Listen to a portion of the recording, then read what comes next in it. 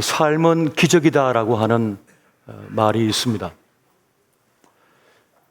이 광활한 우주 속에 창백한 그 푸른 점이라고 하는 그 지구별의 삶이요, 없지 않고 있는 우리 존재가 참 놀랍다는 그런 말씀이 되겠습니다.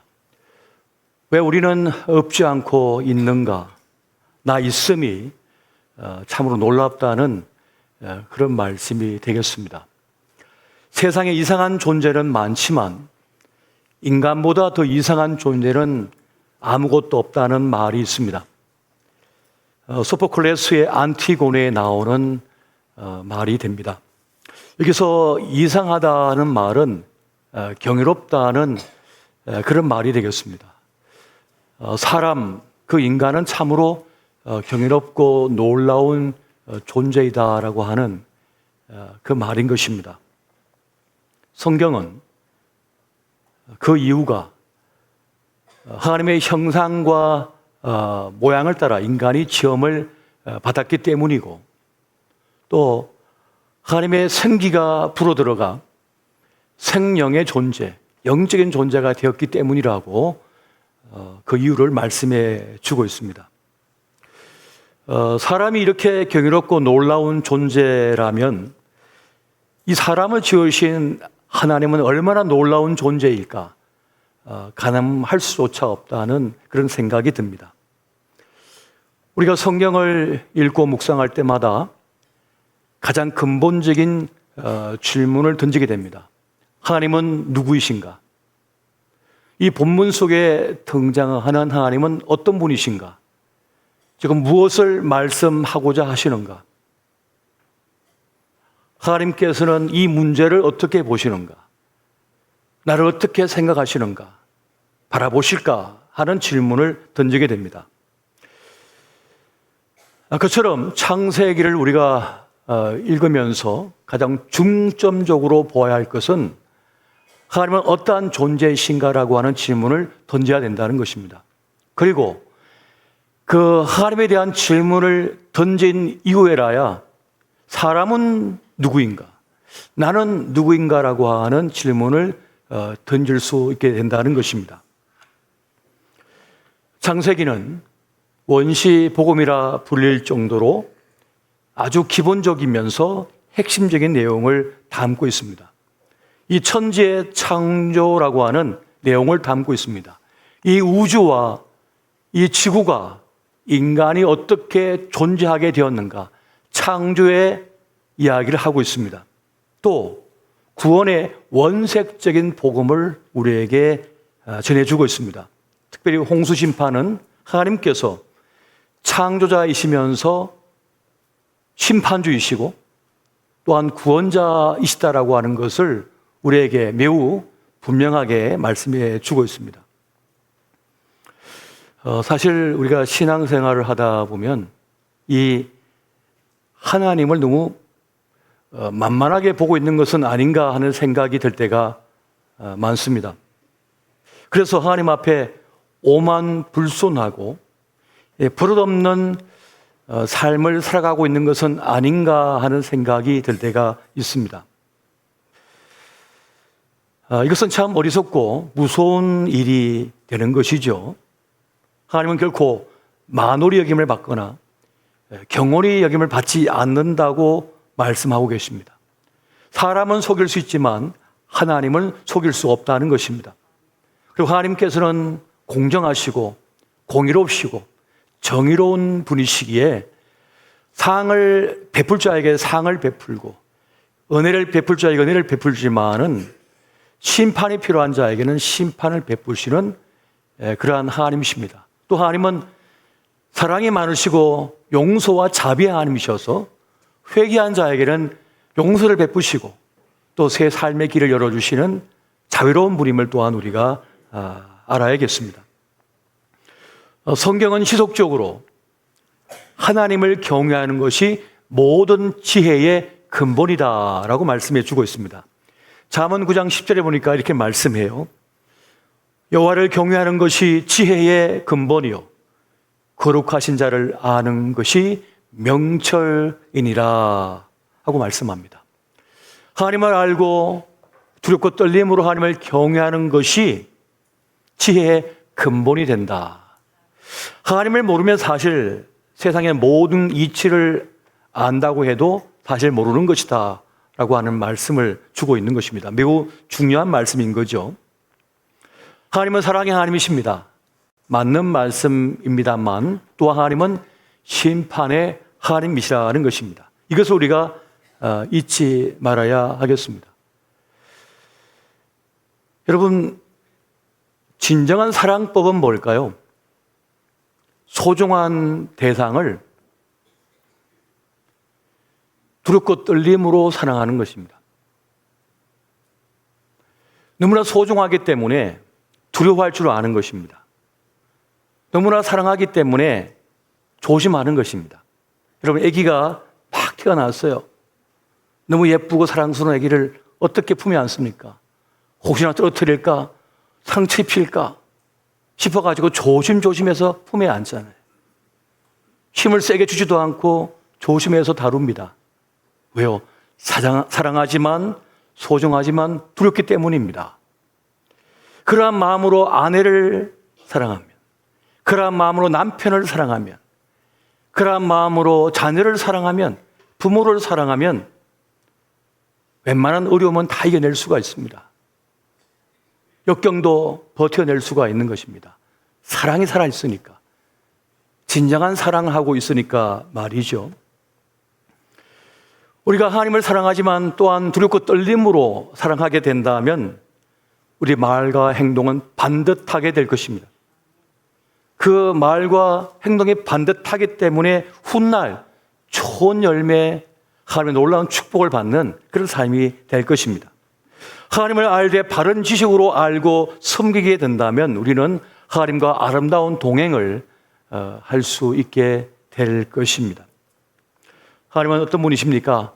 꺼져가는 등불을 끄지 않으시고 상한 갈대도 필요 없다 하여 끄지 않으시는 분이시라고 말씀해 주고 있습니다. 하나님은 우리가 쉽게 꺼져버리는, 꺼트려버리는 그런 등불이 되거나 말 한마디에 상한 갈대가 되어서 꺾여버리는 인생이 되기를 원치 않으십니다.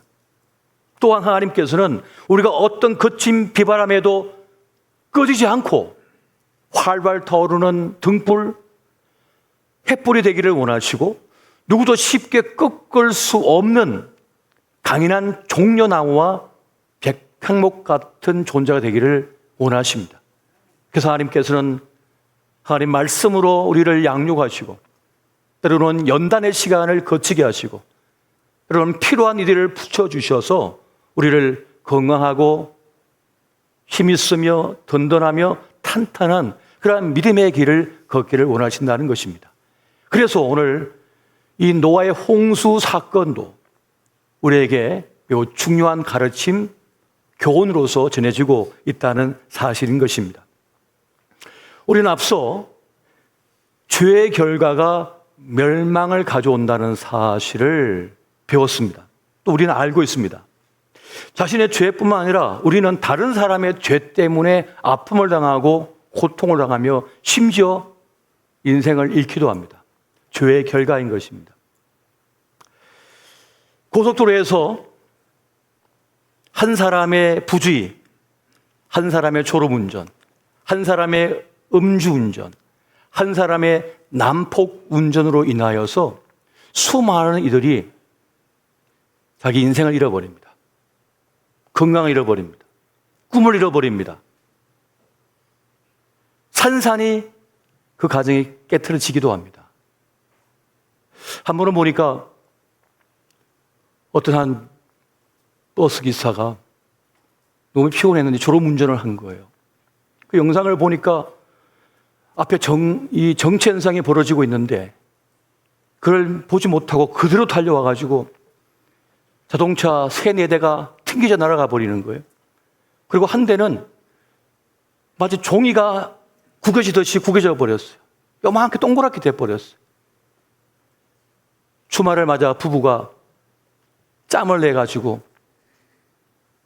여행을 하고 돌아오던 길이었는데 한순간에 생명을 뺏겨버리고 말았습니다.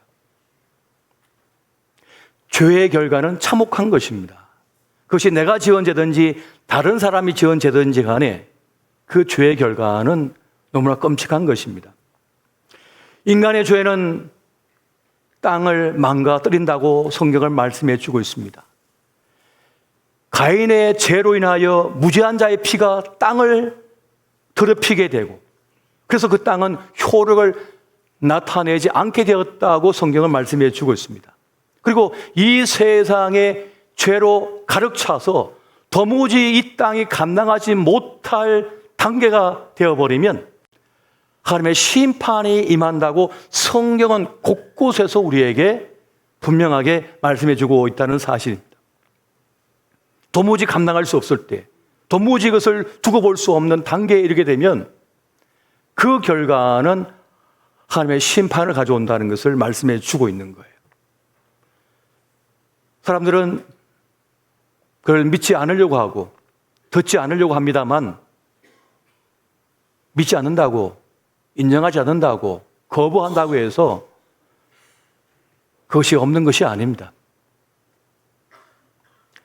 예수님은 말세가 있다고 분명히 말씀을 하셨고, 그때는 노아 때와 같다, 롯의 때와 같다 하고 분명히 말씀하셨습니다.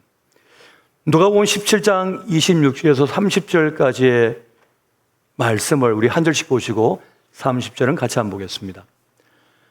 노아의 때에 된 것과 같이 인자의 때에도 그러하리라. 노아가 방주에 들어가던 날까지 사람들이 먹고 마시며 장가들고 시집가더니 홍수가 나서 그들을 다 멸망시켰으며, 또 롯의 때와 같으리니 사람들이 먹고 마시고 사고 팔고 심고 집을 짓더니, 롯이 소돔에서 나가던 날에 하늘로부터 불과 유황이 비오듯 하여 그들을 멸망시켰느니라. 다 같이 인자가 나타난 날에도 이러하리라. 아멘. 무슨 말씀입니까? 심판의 때가 있다 하는 거예요. 마지막 때가 있다는 것을 말씀해 주고 있습니다. 무엇이든지 시작이 있으면 끝이 있다는 겁니다. 반드시 그러하다는 것을 말씀해 주고 있는 거예요. 근데 여기서 더 중요한 메시지를 주고 있습니다. 하나님 없이는 누구도 살 수 없다는 겁니다. 하나님 없이는 누구도 구원받을 수 없다. 하나님 없이는 누구도 살아남을 수 없다는 것을 분명하게 말씀해 주고 있는 것입니다. 여러분, 세상에서 제일 어리석은 사람은 누구일까요? 보통은 자신의 유한성을 모르는 사람이다, 자기 한계를 모르는 사람이 제일 어리석은 사람이다라고 말씀을 합니다만, 성경에서 말씀하는 바 세상에서 가장 어리석은 자는 하나님이 없다고 말하는 자다라고 말씀해 주고 있습니다. 시편 14편 1절에 보니까 이렇게 말씀하고 있죠. 어리석은 자는 그의 마음에 이르기를 하나님이 없다 하는도다. 그들은 부패하고 그 행실이 가증하니 선을 행하는 자가 없도다. 하나님이 없다고 믿기 때문에 자기 마음대로 산다는 겁니다. 자기가 선이고 자신이 의이고 자신이 신이기 때문에 자기가 옳다는 것이 정의라는 거예요. 하고 싶은 대로 다 한다는 것입니다. 그로 인하여 수많은 이들이 실험하고 있고 고통당하고 있고, 가장 가까운 사람부터 제일 고통을 당하다가 이 세상이 어두워지고 더럽혀지고 심판의 대상이 되고 있다는 것입니다. 창세기에 보면 하나님을 떠난 에덴의 동쪽으로 간 가인의 후예들의 이야기가 기록되어 있습니다. 그들은 당대의 가장 힘있고 능력있고 유능한 자들이 되었습니다. 가장 인기 있는 자들이 되었습니다. 세상을 주름 잡아버렸습니다. 라멕은 가장 강력한 힘으로 도시를 건설했습니다. 인간이 만든 최고의 작품, 최고의 발명품은 도시다라고 하는 얘기가 있습니다. 라멕은 도시를 건설했고 가장 강력한 힘을 통하여 세상을 정복해 나갔습니다. 그는 칼의 노래를 부른 자였습니다. 지금도 이 세상에 칼의 노래를 부르다가 사라진 정복자가 얼마나 많은지 모르겠습니다. 지금도 부르고 있습니다. 라멕의 후손 가운데는 야발이 있습니다. 그런 목축업으로 큰 성공을 거둔 거부였습니다. 유발이 있습니다. 그런 수금과 퉁소로 음악과 문화를 주도한 인물이었습니다. 그리고 두발가인은 구리와 쇠로 여러 가지 농기구를 만들고 전쟁 무기를 만들었습니다. 그래서 세상을 주름잡았습니다. 하지만 당대에 가장 유력하고 힘있고 인기 있고 사람들이 불우한 부를 소유했지만 하나님의 심판 속에 사라져버리고 말았습니다. 그냥 사라지고 말았습니다. 노아만이 살았습니다. 그 가족과 함께.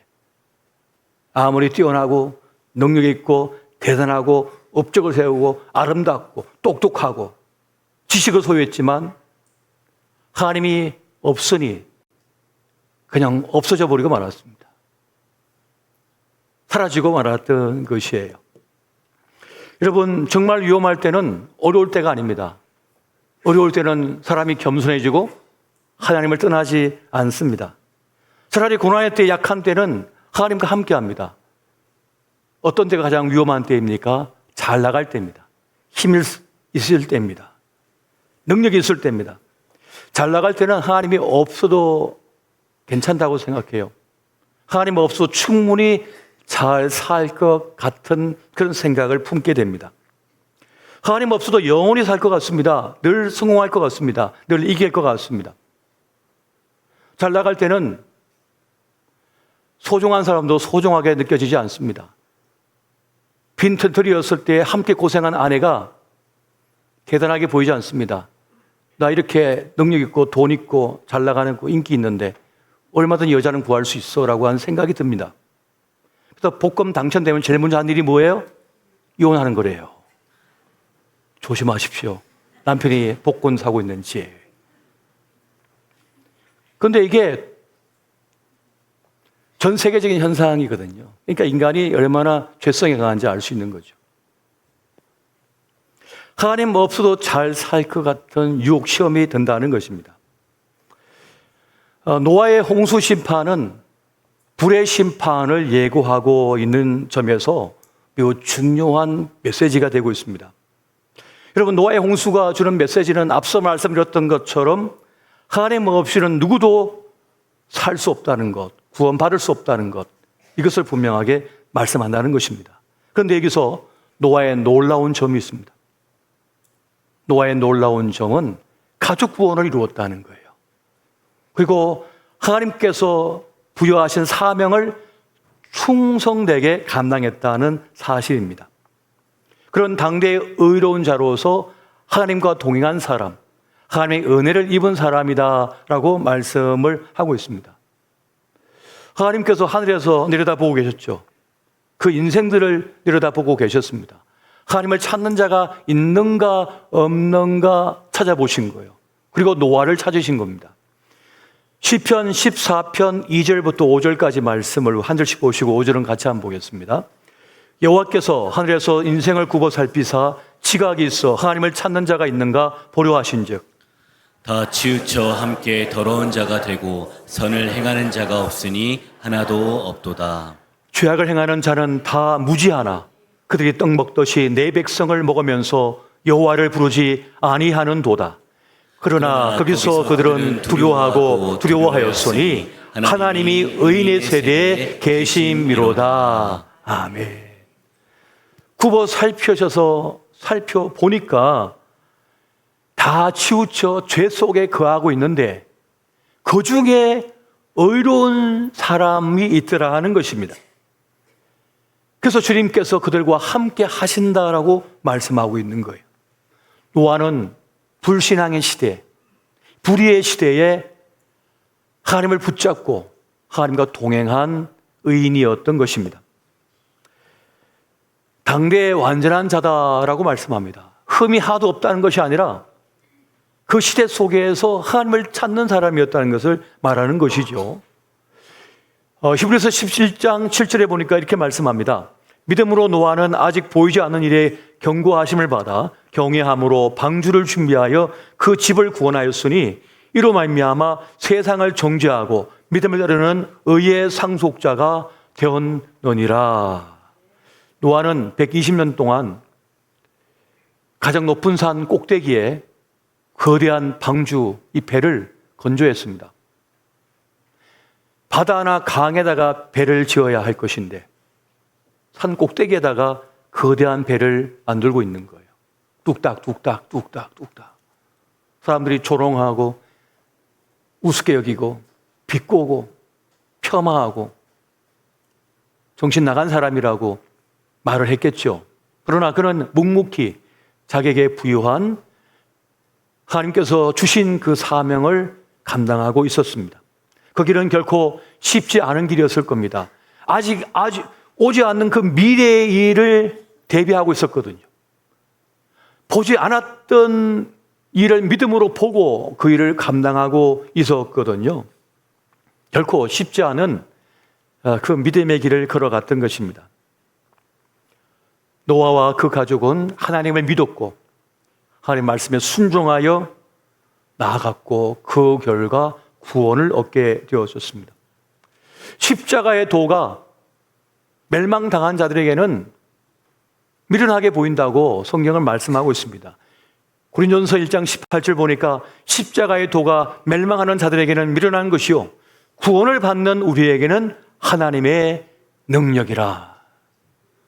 사람들이 볼 때는 우리의 신앙생활이, 우리의 믿음 생활이 우습게 보이고 바보같이 보이고 형편없게 여겨질 것입니다. 하나님의 법과 식으로 살아내는 일이 바보 같게 느껴질 것입니다. 그렇지만 하나님의 법과 식을 붙들고 살아가는 그 길 끝에서 하나님과 동행하게 되고 가정을 지키는 것이 되고 자녀를 지키는 것이 되고 내 인생을 지키는 길임을 믿으시기 바랍니다. 하나님의 법과 식은 답답해 보일지 모르지만 그것이 나를 붙들고 나를 지켜내고 나를 보호하는 것입니다. 사실 우리는 취약한 존재입니다. 매우 강하고 대단한 존재입니다만 한편으로 보면 인간은 매우 취약한 존재입니다. 단 한 번의 실수로도 끝날 수 있는 겁니다. 가장 소중한 것을 다 잃어버릴 수도 있는 겁니다. 내 죄가 아니라 다른 사람 죄 때문에 억울하게 모든 것을 잃을 수도 있는 것입니다. 그래서 우리의 삶은 조심조심해서 살아가야 돼요. 머뭇머뭇하며 살아가야 됩니다. 누군가에 대하여도 우리는 머뭇머뭇해야 됩니다. 함부로 말을 하거나 함부로 공격하거나 함부로 할 수 없습니다. 그가 어떤 사람인지 알 길이 없기 때문에 그렇습니다. 당장 내 앞에 무엇이 닥쳐올지 알 수 없기 때문에 우리는 겸손한 마음으로 나에게 주어진 지금의 이 시간, 지금의 이 여건, 지금의 생활을, 형편을 감수할 수 있어야 됩니다. 늘 말씀드립니다마는 여러분, 평범한 일상이 장엄한 하루입니다. 아이들이 따박따박 밥 잘 받아 먹고요, 잘 싸고요, 잘 자는 이 평범한 그것이 가장 장엄한 일이에요. 아기가 품 안에서 새근새근 잠 잘 자는 것이 가장 장엄한 하루의 일이라니까요. 출근했던 남편이 제때 집에 들어와서 밥 얻어먹고 잠자는 거 장엄한 하루인 것입니다. 아이들이 친구들과 놀면서 땀 뻘뻘 흘려가지고 이런 날에 옷 더럽혀져가지고 아이고 그거 또 세탁해야 되나, 그게 가장 귀한 일인 거예요. 아이가 자라면서 평생 옷 깨끗하게만 했으면 어떡할 겁니까? 그 말은 무슨 말이에요? 뛰어나지 못한다는 거잖아요. 친구가 없다는 거잖아요. 가장 평범한 것이 가장 위대한 것임을 믿으시기 바랍니다. 저는 군에 있었잖아요. 공군 소령이었잖아요. 이 훈련을 하다 보면 탱고라고 하는 훈련이 있는데 한미연합사 한국군하고 미국군하고 같이 지하 벙커에 들어가서 훈련하는 겁니다. 육해공 한 명씩 차출 받아서 들어가는데 제가 공군 대표로 들어갔거든요. 군용장교로서는. 이미 그 10여 년 전에 이미 드론으로 저걸 공격하는 게 이미 작전이 다 있었어요. 전시되면 그냥 싹 가서 그냥 다 파괴하는 거예요. 이미 드론이란 말이 나오기 전에 이미. 그러니까 파괴시키는 일, 부수고 없애버리는 이 기능은요, 기술은요, 인간이 어마어마하게 가지고 있습니다. 어마어마한 능력을 갖고 있어요. 그러니까 한순간에 지구촌을 그냥 없애버릴 수 있어요. 불의 심판은 가능한 겁니다. 여러분, 물의 심판이 불가능할 것 같습니까? 요즘 홍수 나는 거 보셨지 않습니까? 깊은 샘에 그 물이 터지고 하늘의 궁창이 터지면서 위아래에서 터뜨려가지고 물을 쏟아내니까 이 지구가 다 잠겨버렸잖아요. 얼마든지 가능합니다. 과학적으로도. 이게 다 증명이 되고 있잖아요. 그런데 앞으로는 불의 심판이래요. 저는 그걸 믿습니다. 충분히 가능해요. 얼마든지 가능해요. 오늘 당장이라도 가능합니다. 그런데 이것을 지켜내면서 우리를 살려내는 그 일을 지금 계속 하나님께서 하고 계심을 믿으시기 바랍니다.